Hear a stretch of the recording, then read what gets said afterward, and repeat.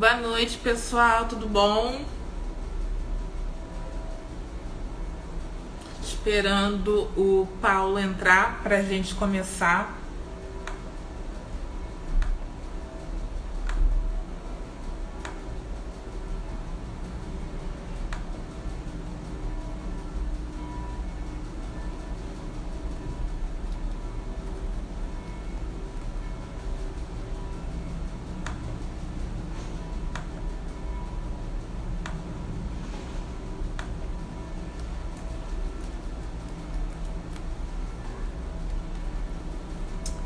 Boa noite. Boa noite, Freire.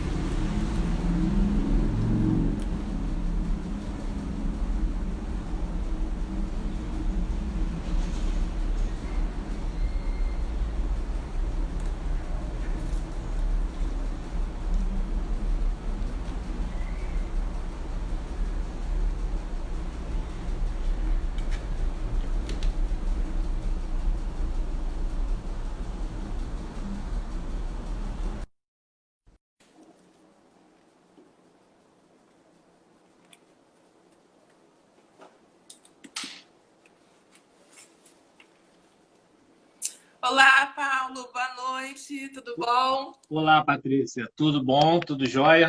Tudo Tá jóia. me E ouvindo você? bem? Tô ouvindo Tudo bem. jóia. Tá me ouvindo bem? Que bom. Todos. E aí, tenho acompanhado trabalhos bem interessantes aí, hein? Não é? Nossa, toda live eu aprendo alguma coisa. Impressionante. Tem Eu assuntos que eu imagino. era completamente leiga e eu aprendi alguma coisa. Não, e detalhes são vários tipos de assunto e temáticas e áreas completamente, deve ser uma riqueza enorme. Um pouco Enorme. cansativo do ponto de vista mental, bastante cansativo ouvir e tal, mas uma riqueza enorme, hein? É verdade, já tem temas que são tão distantes da minha formação que aí eu fico até um pouco Aham. receosa, mas como os alunos eles são muito didáticos, eu consigo captar o que eles estão passando como mensagem. O Paulo, a gente sempre dá uns tempinhos para o pessoal ir entrando, né? Aí a gente espera, Certo, daqui a pouco a gente começa mesmo engata, entendeu? Pô, certo, de legal boa, isso, a sua tranquilo. biblioteca aí atrás, hein? Maneira. Essa aqui é a parte que eu mais gosto aqui. Ela já tem bastante tempo. Tenho, sei lá, tem uns 15 anos aí já trabalhando para ir montando aos pouquinhos. E não tá tudo aqui não, viu? Mas o essencial tá aqui. Uhum. Ah, legal, legal. Muito bom, né? Nossa, eu adoro comprar, ler livros. Esses dias eu pedi um na Amazon que eu já li por PDF, mas estava em promoção. E aí eu comprei o livro físico, esse aqui, ó, Hum, do Lewis. C.S. É Lewis. Eu da. adoro o C.S. Lewis, eu amo. Os Quatro Aham. Amores, adoro. Eu uso muito o capítulo sobre amizade no curso que eu dou de escrita criativa, né? Eu sou apaixonada por esse autor. Acho que Olha ele só. era, o C.S. Lewis, acho que ele era ateu e converteu-se ao cristianismo, né? Que é interessante. Não, não conheço a história completa dele, não. Uhum. Mas sobre esse, depois vamos conversar sobre essa história de escrita criativa. Isso muito me interessa, hein? Não, legal. Faço curso de extensão no IFIX. Não está andando, né, por conta da pandemia. E antes da pandemia eu estava de licença, mas ano passado todo nós tivemos duas turmas. Foi muito legal. Veio, assim, é um curso de extensão, né? E veio gente de várias partes do Rio e tal. Então foi bem legal. É bem bacana, assim, fazer esse curso. Não, é bom também que é um momento, assim, não é só de escrita, sabe? Que é um momento que as pessoas Aham. falam. Deu um momento que as pessoas param para falarem de si, refletirem sobre si, sabe? A nossa vida é tão corrida que a gente não tem nenhum tempo assim, de conversar com a gente mesmo. entendeu? E aí, aquele curso, as pessoas dedicavam algumas horinhas só para falar de si, para pensar em si, pensar na biografia, pensar na família, pensar em Uhum. Deus, pensar em religião, sabe? Era um momento quase terapêutico, entendeu? Pra gente. Aham. Então era Eu legal. posso fazer uma. Quero fazer aqui duas referências aqui importantes. Aqui a minha irmã acabou de entrar, que estudou no IFIX também. Ela fez ciências sociais também no IFIX, né? O amigo Marcos Vinícius também, gente boa, apesar da área de saúde, ele se interessa por diferentes campos do conhecimento, uma pessoa bastante interessante. E tem a Priscila também, não é isso? Uhum, Priscila. Então, é isso, Priscila. Sejam bem-vindos, viu? é. Eu sempre deixo um pouquinho, porque eu reparei que quando espera, aparece mais pessoas, né? E essa audiência tem variado bastante aqui. Nas últimas Aham, semanas tem vindo menos pessoas, aí de repente tem a live que aparece muita gente. Na semana passada nós fizemos algumas lives com temáticas raciais e essas tiveram muita gente, né? Porque são temas muito aham. urgentes, né, Paulo? Então acabaram Eu vi que tem atraindo. todo tipo, né?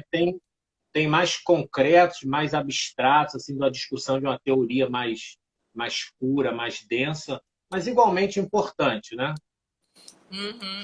Não, tentando fazer uma rotina diária mesmo de live, né, para ganhar uma constância e as pessoas conhecerem o IFIX que a gente produz, o que a gente fala.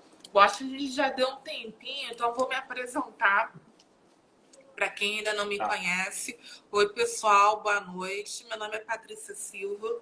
Eu trabalho no gabinete de direção do IFIX, junto com a professora Suzana de Castro, que é a nossa atual diretora. Eu estou aqui hoje para apresentar mais uma live da nossa série Minha Pesquisa em 40 Minutos.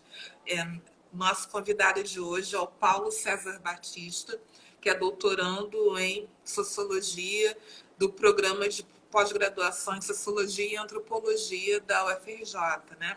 É um dos programas, é o programa Nota 7 do IFIX, que é o objeto de orgulho para a nossa comunidade do IFIX, e a pesquisa dele tem o seguinte título: O pensamento dos professores católicos na rede estadual de educação do Rio de Janeiro. Paulo, em primeiro lugar, muito obrigada por aceitar o nosso convite. Fiquei muito satisfeita com seu aceite. Eu gostaria muito de ver mais participação do PPGSA na série, tem sido dominada pelo pessoal do PPGF. O pessoal do PPGF vem em peso aqui Da também. filosofia, né?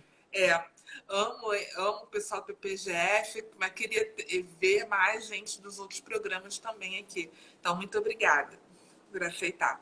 Aí e é um espaço legal, né? Porque você, quando começa a falar, por exemplo, preparar um resumo para apresentar, você começa a colocar as suas ideias e tal no papel, isso sempre é bom. E sempre ouvir o pessoal que não é necessariamente da área, eu acredito que quando a gente tem interesse de ouvir alguma coisa assim, sempre pega um insight, né? Então já tive insights assim, vendo, assistindo coisas que não tinha nada a ver com minha temática, mas pensando, puxa, aquilo ali é uma coisa interessante, dá para eu pescar alguma coisa ali. Então, eu acho bastante válido. Não, eu acho que tem criado uma rede interessante, né? A Priscila Copelo, ela é doutoranda do PPGLM e tem um canal excelente no YouTube chamado Pensamento em Movimento. E ela apresentou a pesquisa dela aqui, também lá, né, no canal dela, e convidou um doutorando do seu programa a fazer uma entrevista lá para o programa dela. Então, assim, a gente acabou fazendo virando uma rede de contatos para estar se apresentando em outras mídias sociais, o que eu estou achando um resultado muito bom. E eu tenho É, incentivado, na medida que eu posso, que os alunos empreendam as suas pesquisas, seus resultados, os seus pensamentos nas mídias sociais, né, Paulo? A gente tem que ocupar espaços A gente que é da academia tem que ocupar espaços. Os espaços não ficarão vazios porque nós não queremos ocupá-los. Alguém vai ocupar e talvez não seja uma pessoa tão capacitada, né? Então, é por isso que é Eu, importante a gente ocupar. eu tenho num outro grupo que eu participo, no grupo de estudos de educação faz parte do OLE, do Observatório da Laicidade na Educação, e no grupo da UERJ, que é o grupo de estudos do catolicismo. E lá tem vários professores, e eu tenho chamado a atenção, falei, tenho falado isso, a gente tem que ocupar outros espaços, né? É um pouco desses espaços só da academia, tomar as redes sociais e tal, para tomar parte no debate público, porque senão esse debate público vai ser assumido por outras pessoas que, de repente, enfim, né, não sejam lá ideias tão interessantes assim. Ou, na pior dos, não, nem que seja interessante ou não, mas vai ser espaço de um debate único. Então, não é para ser debate único, tem que ter outras vozes também. Então, Outras bases, isso mesmo. a iniciativa de vocês é louvável nesse sentido. Uhum. Hein, Paulo, a gente vai começar pelo seguinte, eu quero que você conte um pouquinho da sua trajetória acadêmica, onde você fez a graduação, onde você fez o mestrado, conta pra gente. Muito bem. Eu tenho a minha formação na UERJ, eu fiz a minha graduação na UERJ, o meu mestrado na UERJ, morador da Zona Oeste, né, de Campo Grande, fazendo esse deslocamento constante sempre para a UERJ. E aí eu fiz a minha graduação sempre com foco nessa questão da religião, sociologia da religião, antropologia da religião, porque eu tenho uma trajetória de pastoral da juventude na minha paróquia. Então, participei de grupo jovem, círculo bíblico jovem, catequista, pastoral da juventude e tal. E quando eu cheguei à academia, eu quis manter o melhor. Esse tema sempre me interessou, a questão da religião, e daí transformar isso num tema acadêmico, num tema de discussão acadêmica. E aí eu fiz a minha monografia e a minha dissertação do mestrado nessa área de sociologia da educação também.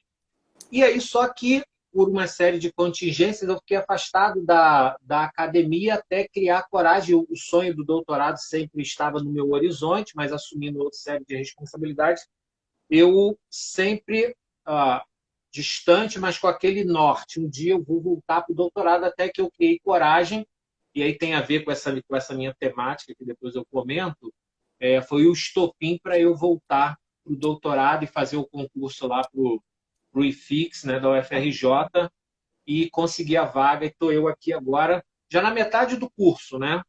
Já pensando, já meio quase que correndo contra o tempo. Quem é seu orientador no doutorado? No mestrado foi a professora Patrícia Birno, lá na UERJ, a professora Cecília Maris, e atualmente no doutorado a professora Heloísa Martim. Ela atualmente está, eu não sei se é licenciada, eu acho que é licenciada, que ela está nos Emirados Árabes, né? Ela está como professora lá nos Emirados Árabes. Por coincidência, assim que eu entrei, acertei tudo, ok, você vai me orientar, você se orientando, né? 6 meses depois ela partiu para os Emirados Árabes para ficar 4 anos, exatamente o tempo do doutorado. Né? Mas está complicada, né? Ela deve voltar para sua defesa, né? Daqui. Olha, assim, acho que como foi 4 anos, vai justamente coincidir com o tempo do retorno. E nesse meio tempo, os outros orientandos dela, ela fez por via Skype mesmo. Legal. Porque é possível, né? Hoje em dia a gente fazer essa orientação por Skype. Eu mesmo fazia muito com a minha orientadora. Vamos entrar um pouquinho agora na sua pesquisa. O que você está estudando? Quais são os objetivos que você estabeleceu como pesquisa e as suas questões norteadoras? Tá. Eu preparei um resumo. Eu vou fazer meio que uma leitura e parando para comentar, tá bom? Tá bom. O objeto da minha pesquisa é o ensino religioso na escola pública do Rio de Janeiro, sob a perspectiva dos professores católicos. Aí no título, é claro que é um título provisório, pensamento dos professores católicos, parece algo muito amplo, né? Depois, é óbvio, eu vou ter que repensar um pouco esse título. Mas a ideia é pesquisar o ensino religioso na escola pública, no Rio de Janeiro, a partir da perspectiva dos professores católicos, considerando que aqui no Rio de Janeiro o ensino religioso ele é confessional. A pessoa, para ser professor de ensino religioso, ele tem que ser de uma confissão religiosa, tem que estar autorizado por uma autoridade religiosa e tem que ter um curso reconhecido ou recomendado pela autoridade religiosa. Então, sei lá, um católico.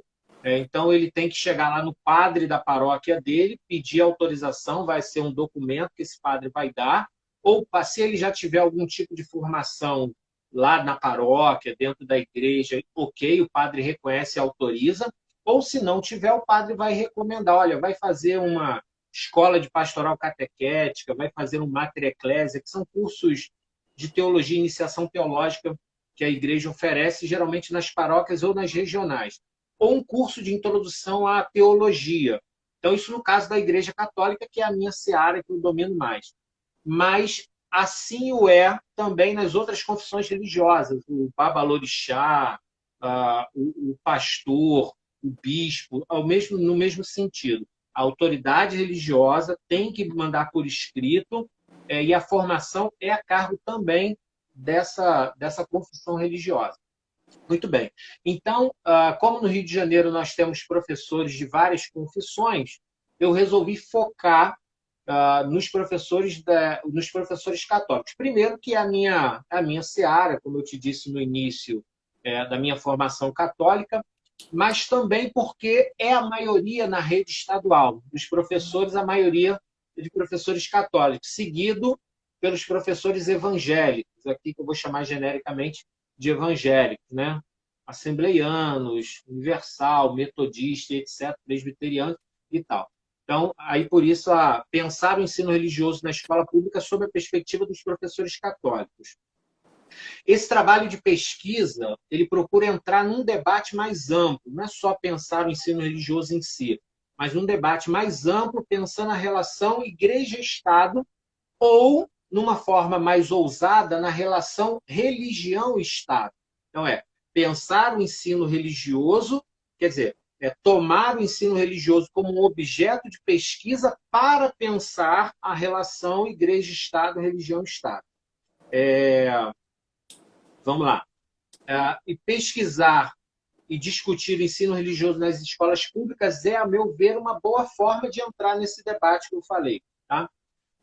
Bom, e outra coisa também que se explica é, considerando o contexto no qual nós estamos vivendo, onde não parece surpreender o uso do discurso religioso nas eleições, no jogo político, no debate público sobre direitos reprodutivos e sobre questões de gênero e sexualidade, e, sobretudo, nas questões do debate sobre educação, a gente percebe uma forte tentativa de intervenção dessas lideranças religiosas nesse debate público, nesses temas que não são temas a priori religiosos. Então, quer dizer, é como a religião transbordando da sua esfera originalmente delimitada e avançando sobre o espaço público para discutir essas questões. Isso que eu estou falando é muito problemático também. Tá? Uma vasta literatura que aponta que, na verdade, a religião sempre esteve presente no espaço público. Ela sempre se manifestou no espaço público, de uma forma mais explícita ou de uma forma implícita, mas sempre esteve ali presente. Em resumo, é nítido, e muitos intelectuais têm tratado disso, essas lideranças religiosas dentro do Congresso, por exemplo, lá existe a chamada bancada evangélica, que eles chamam que é Frente Evangélica Parlamentar, que, para você ter uma ideia, que se fosse um partido político, seria, na última medição, num livro muito interessante de uma jornalista chamada Andrea Dipp, se fosse um partido político, essa bancada evangélica seria a terceira maior força do Congresso. Então, para você aprovar alguma coisa no Congresso, tem que passar pela bancada evangélica. Então, você imagina a força de negociação desse pessoal. E aí, agora, eles são fortes entusiastas, por exemplo, da escola sem partido. Discussões de gênero, discussões de sexualidade, discussões de identidade, etc. Né? E eu só estou falando da Frente Parlamentar Evangélica, que não raras às vezes a Igreja Católica, que nós temos lideranças católicas ali, se aproxima também dessas lideranças evangélicas nessas pautas que alguns chamarão de pautas conservadoras. Tá? Muito bem. Mais do que nunca, o que temos visto é esse transbordar do religioso para a esfera pública, numa proximidade do Estado que nem sempre é muito saudável. Na verdade, isso não é uma novidade na história do Brasil republicano, essa proximidade de religião com o Estado. A Igreja Católica e agora, mais contemporaneamente, as lideranças evangélicas, elas sempre tiveram uma proximidade com o Estado. Mesmo com o fim do regime do padroado, em 1889, com a proclamação da República, onde houve a separação formal da Igreja e do Estado, a Igreja nunca se afastou por completo do Estado. E nem o Estado desejou o afastamento por completo da Igreja. Num jogo assim de aproximação e afastamento, num jogo mesmo de interesses ali. Era interessante para o Estado ter a Igreja, ser amigo, ser parceiro da Igreja, interessa a Igreja também se manter próximo do Estado também. O que eu tenho discutido com outros colegas agora é que as lideranças evangélicas, sobretudo os neopentecostais, têm, digamos assim, tomado a frente nessa interlocução com o Estado. E aí a gente tem discutido em que medida a Igreja, que sempre teve esse protagonismo, em que medida a Igreja está perdendo esse protagonismo, ou de uma forma sutil, não explícita, mas continua ali e tal. Claro, é inegável, apesar do censo ter apontado a diminuição do número de católicos de afiliação e que em pouco tempo, não muito tempo, nós seremos um país de maioria evangélica. O censo tem indicado essa tendência. É inegável a força da Igreja Católica ainda, tá bom? Então, mesmo com o fim do regime do padroado, esse afastamento nunca se deu por completo. Pois bem, pensar e discutir o ensino religioso nas escolas públicas é tomar parte desse debate, é tomar parte dessa temática que é o meu interesse. Você quer comentar alguma coisa? Quer falar alguma coisa? Não, Perguntar pode alguma continuar. coisa? Pode. Desde sempre, e aí é o que me interessa aqui, desde sempre a Igreja se interessou pela área da educação e se esforçou através de uma rede extensa de lideranças leigas, lideranças eclesiásticas, políticos católicos, para fazer valer o seu interesse no campo da educação, para influir no campo da educação. A bem da verdade, entre idas e vindas, o ensino religioso sempre teve a marca da Igreja Católica, no sentido de tentar, através da educação, incutir os seus valores e o seu ideal de sociedade. Isso a Igreja sempre esteve ali por perto.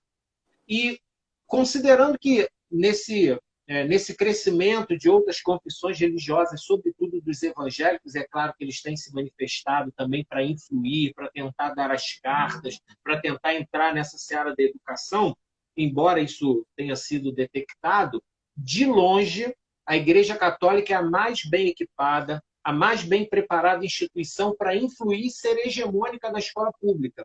Primeiro, pela capilaridade.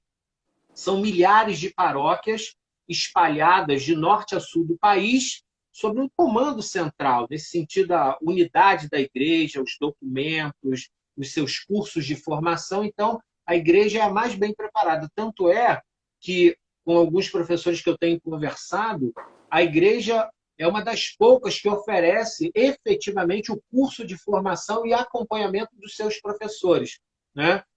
Posso estar sendo injusto aqui, eu não pesquiso essas outras lideranças, mas isso é depoimento desses professores no contato com professores que não são católicos, e eles se ressentem disso, né? Essa falta de uma formação mais densa, mais sistemática, mais continuada. Essa palavra está em moda agora, né? Formação continuada.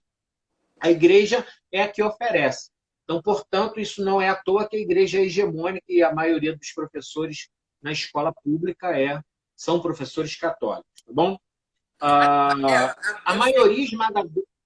Eu entendi que os professores de ensino religioso, eles precisam de autorização de determinada ordem religiosa para que assim ministrem suas aulas, né? Sim. Além disso, precisa do nível superior completo, não é isso? Isso, é assim, isso é uma outra condição. Primeiro, tem que ter uma formação em licenciatura. Eu estou falando aqui do Estado, tá? Preferencialmente que faça parte da rede, da própria rede de educação.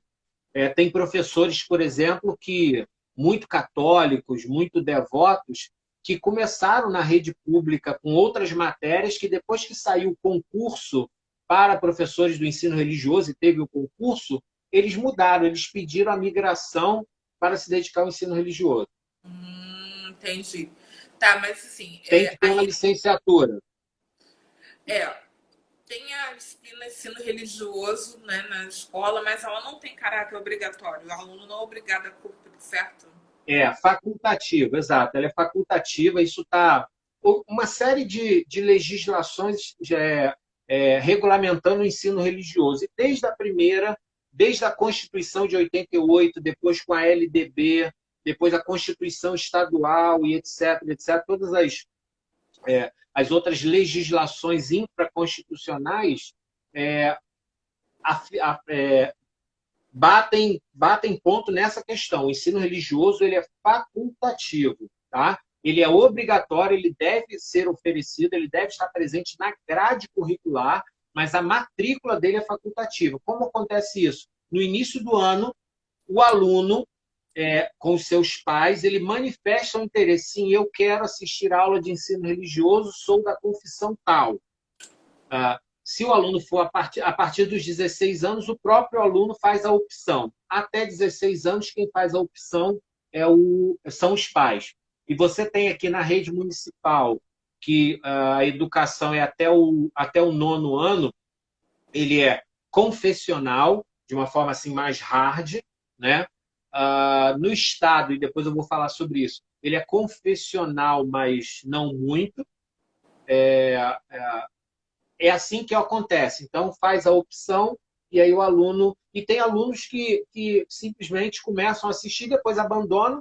Tem alunos que fazem a opção por não assistir a aula, mas depois, ao longo do ano, acaba assistindo, porque também tem uma série de...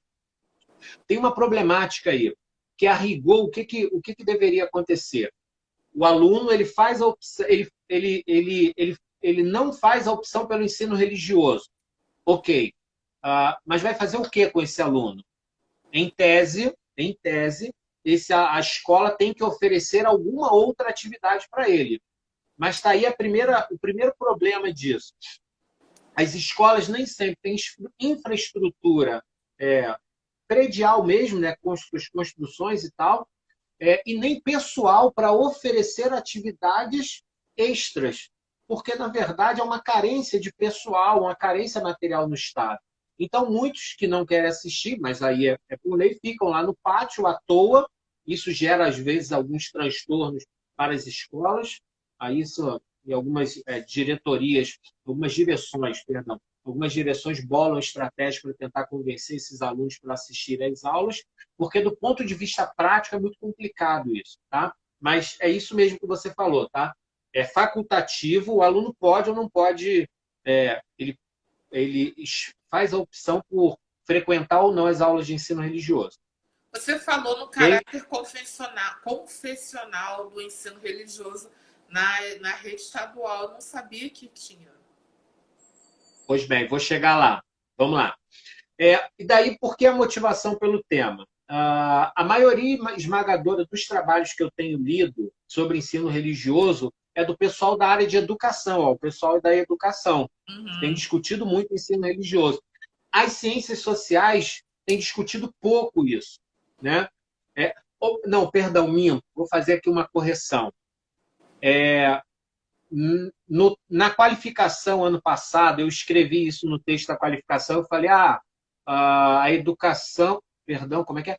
A sociologia tem se interessado pela educação. Eu até afirmei isso no início, e o professor Luiz Antônio Cunha, o grande professor Luiz Antônio, né, fez a correção e falou, não, eu já escrevi sobre isso e, na verdade, a sociologia tem se interessado pouco pela educação, pelo menos até o momento que ele estava escrevendo. Ele escreveu isso no início dos anos 80. Talvez de lá para cá isso tenha mudado. Então, eu estou entrando aí nessa seara dos sociólogos que se interessam pela questão da educação, fazendo a interface com a religião, que é o meu barato, né? Então, a maioria dos trabalhos é na área de educação, como são poucos os trabalhos na área das ciências sociais, daí a minha motivação por encarar essa perspectiva do ponto de vista da sociologia. Muito se discutiu a partir das legislações, como eu citei anteriormente, nos diferentes níveis. No debate entre essas lideranças, sempre houve uma controvérsia muito intensa sobre o ensino religioso, e essa controvérsia nem sempre foi pacífica, viu? Só que os trabalhos que eu li sobre isso, a maioria deles focava nisso, no debate, na controvérsia, fazendo análise de documentos, ouvindo gestores, ouvindo políticos e tal. E não são muitos os trabalhos que houve os professores, que procuraram ouvir os professores. Daí a minha ideia, falar assim, bom, eu quero dar voz aos professores. Vamos verificar o que os professores têm a dizer sobre isso. Tá? Aí eu considerei fundamental tomar os professores católicos, né, como meus nativos, né, num jargão da antropologia, ouvi-los, entender as suas motivações, o trabalho que eles têm desenvolvido e perceber como eles se situam dentro dessa relação Estado e Igreja.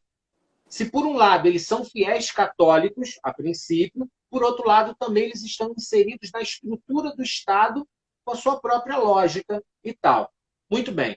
Existem no Brasil, muito simplificadamente, tá, por causa do nosso tempo, existem 3 modelos em vigor do ensino religioso. Existe o modelo plurirreligioso ou interconfessional. Tá? Plurirreligioso. O professor entra e fala de todas as religiões. Né? Quer dizer, ele fala das principais religiões, ele debate, ele discute, ele apresenta as diferentes religiões. Né? Interconfessional. Existe o modelo pluriconfessional. Parece diferente. Assim, ele apresenta o plurirreligioso, mas sem uma perspectiva de confessionalidade. Ele apresenta, ele não necessariamente ele é um fiel de nenhuma delas. Ele apresenta na perspectiva da filosofia, da história, da sociologia. Isso é o modelo plurirreligioso. É o modelo mais adotado no Brasil afora. Existe o modelo confessional, que são poucos os estados que adotam esse modelo, que é o modelo aqui do Rio de Janeiro, né? Que é aquele da confissão religiosa. O professor, ele tem uma confissão religiosa e isso é público, ele externa isso para os alunos. Eu sou um professor da religião católica. E aí eu vou falar aqui do catolicismo na perspectiva, eu posso até apresentar as outras religiões, mas na perspectiva do catolicismo. O professor é um professor de ensino religioso evangélico, né? Então ele apresenta as outras, mas sempre tomando por base a confessionalidade dele. Inclusive, é muito interessante isso, interessante e problemático também, passível de discussão.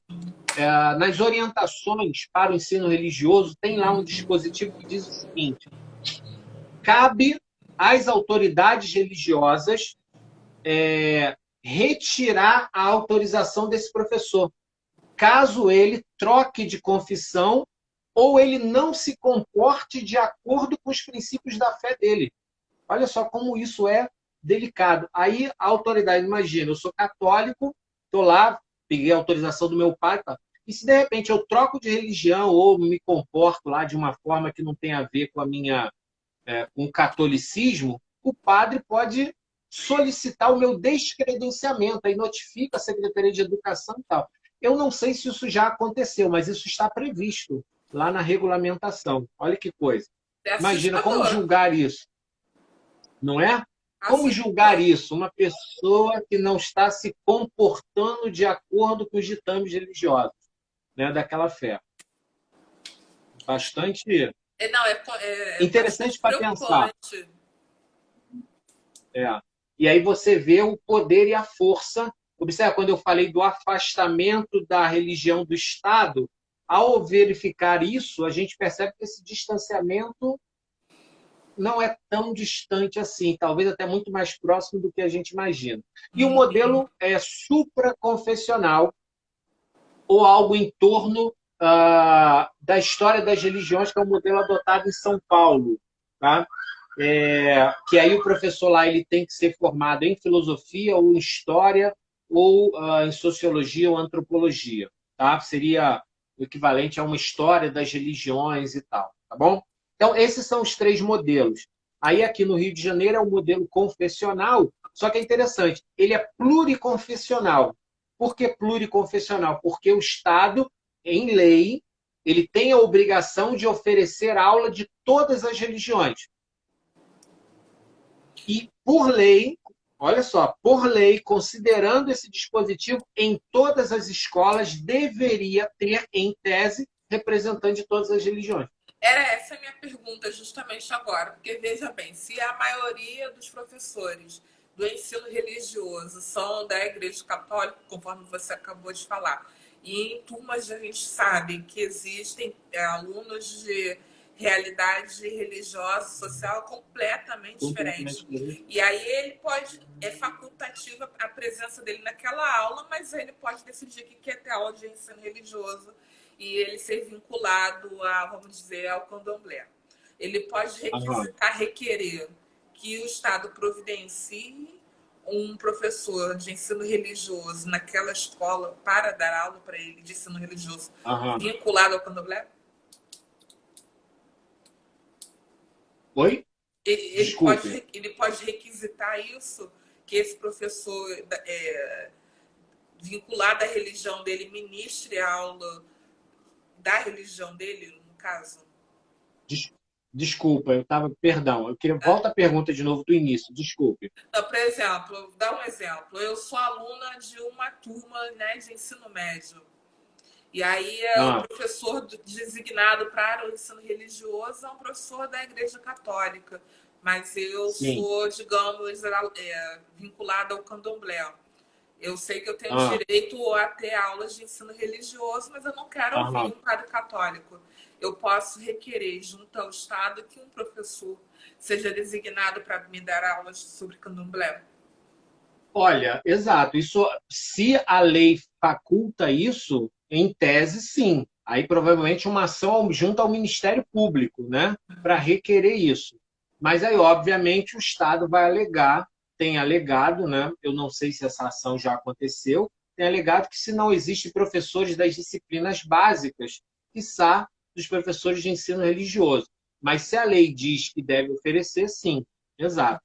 E tem acontecido de alunos que, por exemplo, na escola é muito comum, tá, ter professores, um professor evangélico e um professor católico. É o mais comum de acontecer. Tá? Claro, em muitas. Não, na verdade, o mais comum é ter professor só de uma confissão, que aí geralmente é uma negociação entre os diretores, ele solicita que, em vez de ter 2 numa escola e outra que não tem nenhuma, acaba solicitando e vai quem está ali mais disponível. Já professores já relataram essa negociação, é mais perto da minha casa, foi.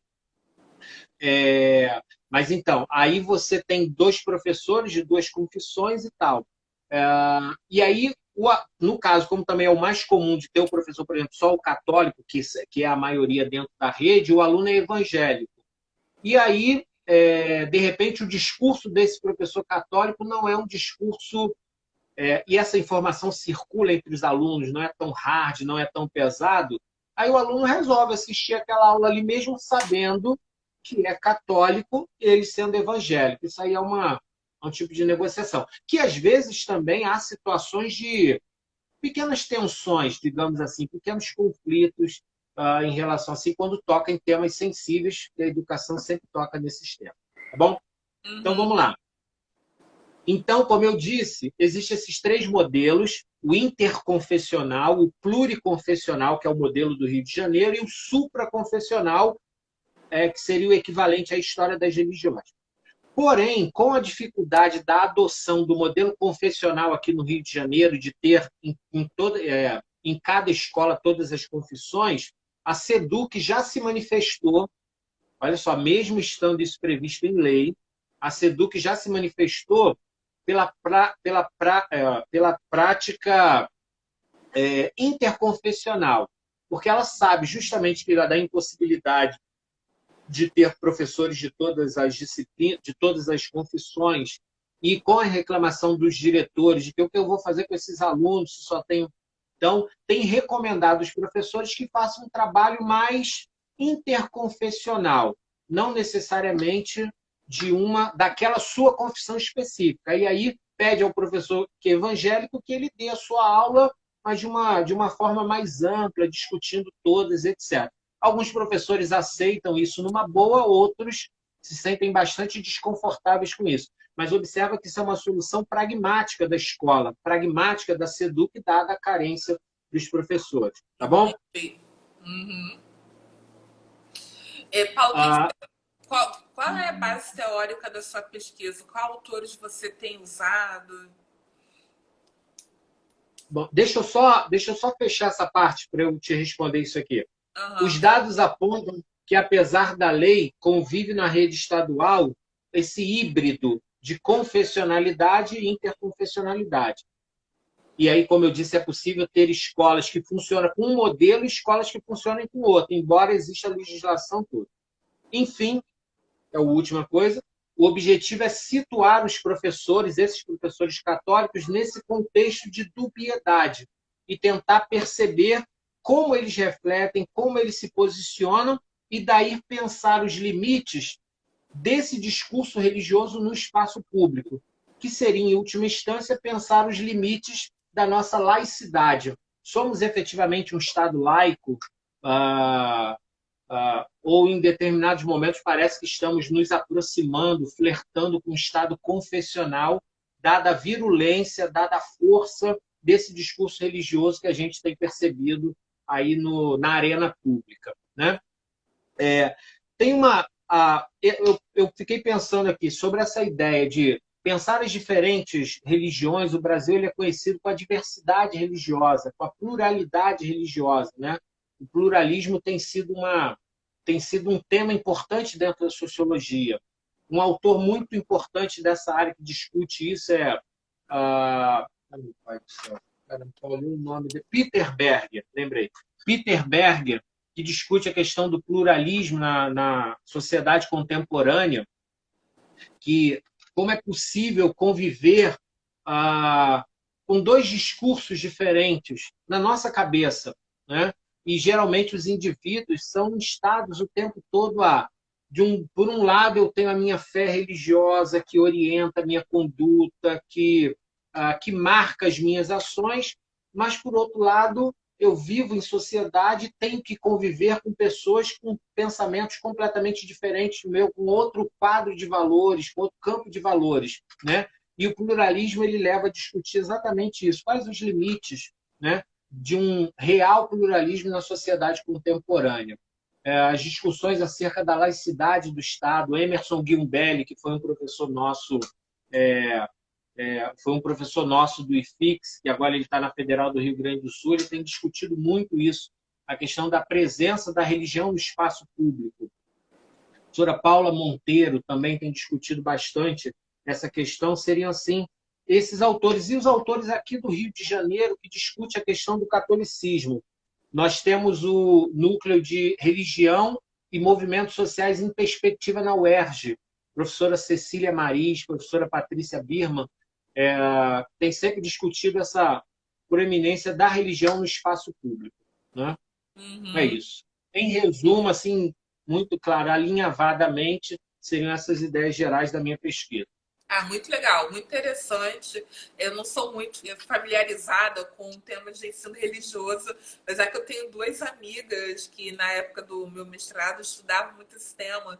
E aí eu aprendi um pouquinho por tabela, mas eu não sou muito familiarizada. Sou curiosa no aspecto legal do ensino religioso na escola, né? Eu estudei numa escola confessional, na escola batista, então eu tinha aulas confessionais, né? Era claro que era uma pastora batista que estava me ensinando. né? É.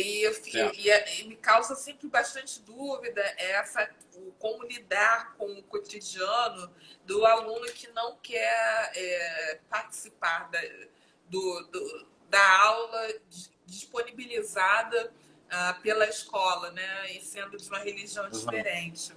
Mas aí, Paulo, o que eu quero te perguntar é se você está focando em alguma escola específica para fazer a sua pesquisa, você está fazendo uma análise quantitativa geral, uma análise qualitativa geral.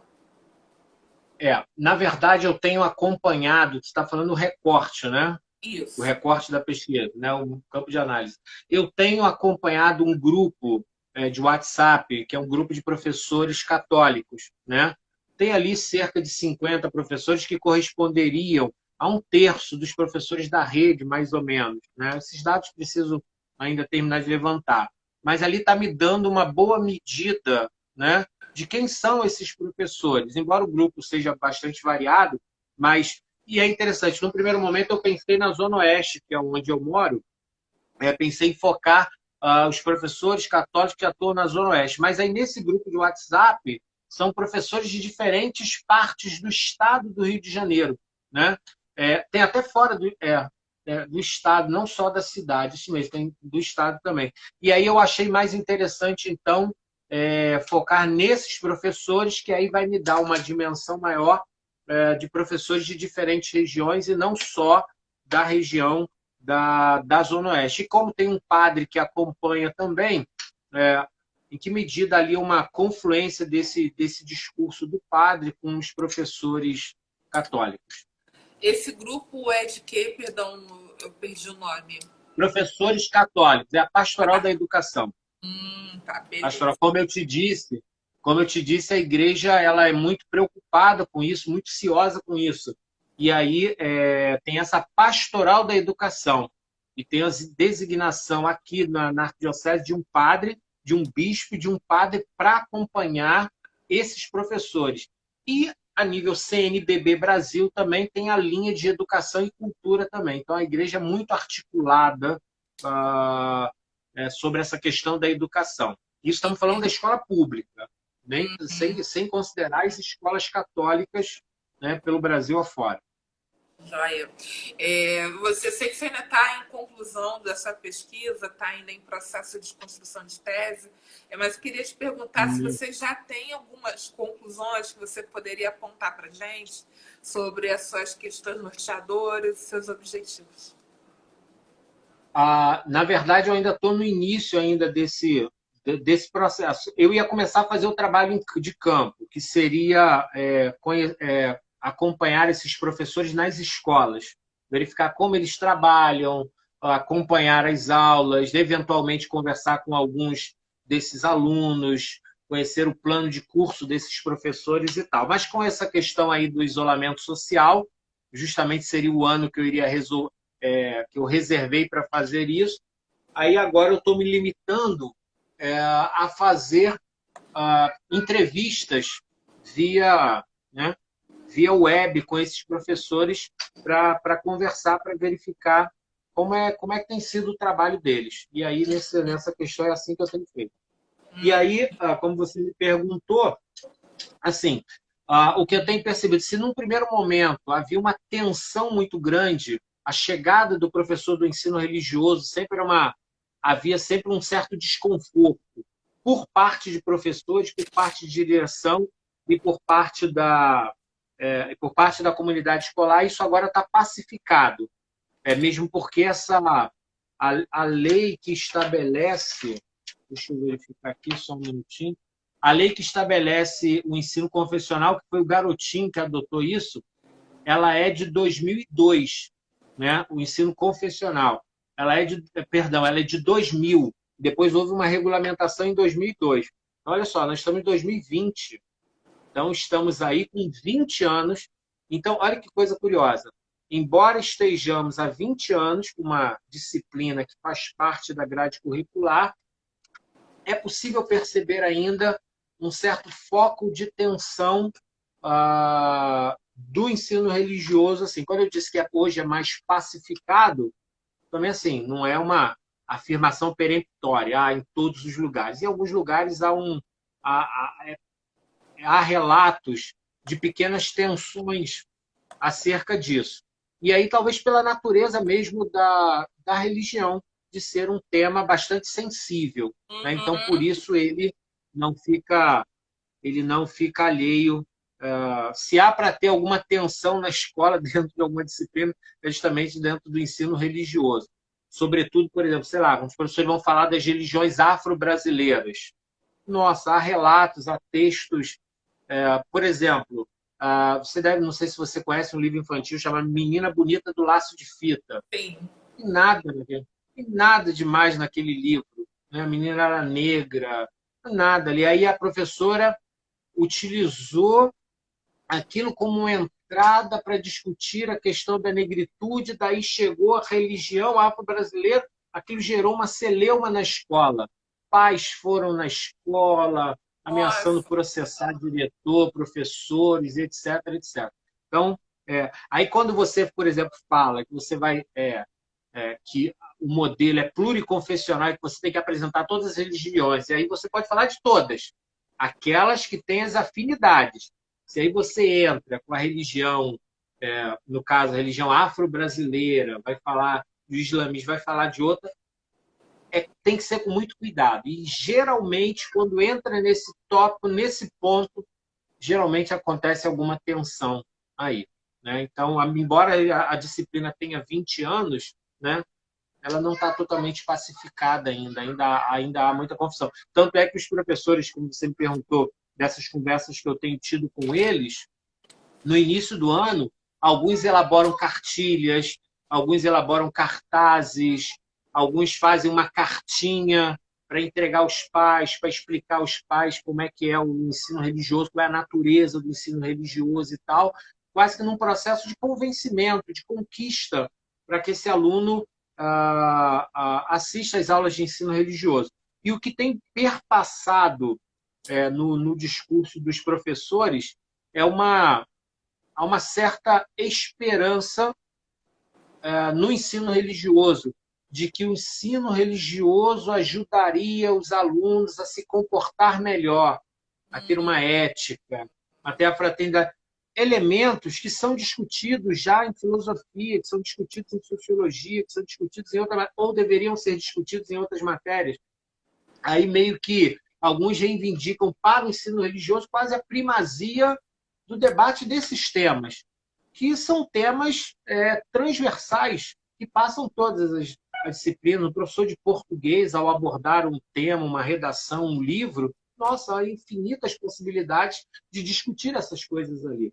Aí agora meio que um processo meio que de especialização do ensino religioso em quase todos, há uma certa crença de que através do ensino religioso você vai ajudar os alunos a se comportar melhor, você vai passar valores, você vai passar limites para esses alunos. Aí muitos dizem, que bom, aula de ensino religioso para esses alunos aprenderem a se comportar melhor e tal.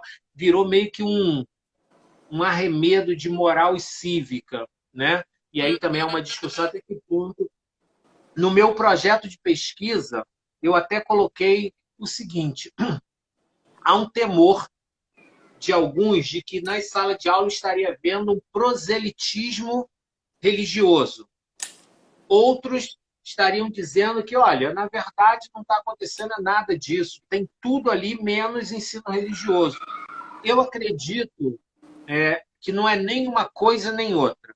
Nem está havendo esse proselitismo como as pessoas temem, e nem também não está discutindo temas ligados à religião propriamente dita. Isso foi uma hipótese primeira, né? Que aí com a continuidade das minhas conversas, das minhas entrevistas, eu vou verificar se uma das hipóteses, se ela se confirma ou não, tá? É isso. Então, o Paulo, nosso tempo está quase acabando. Eu gostaria muito de te agradecer pela participação hoje. Eu achei que ficou muito, muito claro a sua pesquisa. Mal posso esperar para você concluir eu poder ler, porque eu acho um tema muito importante para a gente que é da educação. Eu sou pedagoga, né? E é um tema Aham. que eu fiquei muito marginalizada em discutir durante a minha formação, mas como administradora educacional, é um tema que acaba rebatendo em mim no meu cotidiano de trabalho. Né? Eu percebo alguns entraves, até mesmo na universidade mesmo, em relação ao comportamento direcionado ao ensino religioso. Então, eu acho esse tema de uma fundamental importância, tanto para as ciências sociais, né, que, como você disse, tem poucos estudos nessa temática, como para a sociedade no geral, que a gente possa avançar nessa área. Então, muito obrigada pela Não, participação.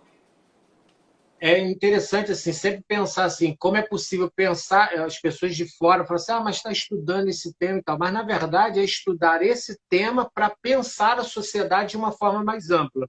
As pessoas Verdade. meio que de fora, né, das humanidades não entendem o porquê do nosso interesse por esses temas tão localizados, que na verdade todos eles querem nos ajudar a pensar a sociedade numa perspectiva mais ampla. É Que verdade. Brasil estamos construindo?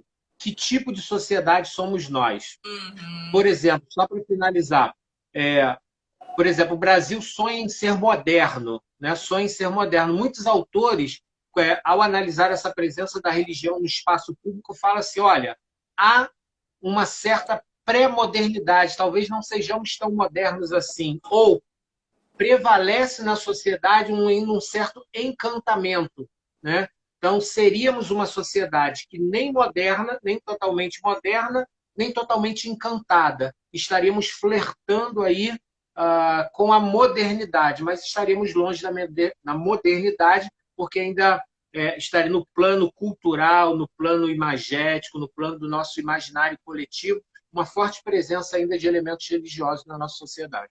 É. Seria isso. Então, gente, olha, obrigada, Paulo, obrigada a todo mundo que assistiu. Desejo uma ótima noite para todos e se cuidem durante a pandemia e fiquem com Deus, gente. Beijão para todo Agradeço mundo. também a todos que privilegiaram aqui o trabalho, prestigiaram aqui o trabalho, tanto da Patrícia quanto a minha apresentação. Muito obrigado a todos, viu? Valeu. Fica com Deus. Um abraço a todos.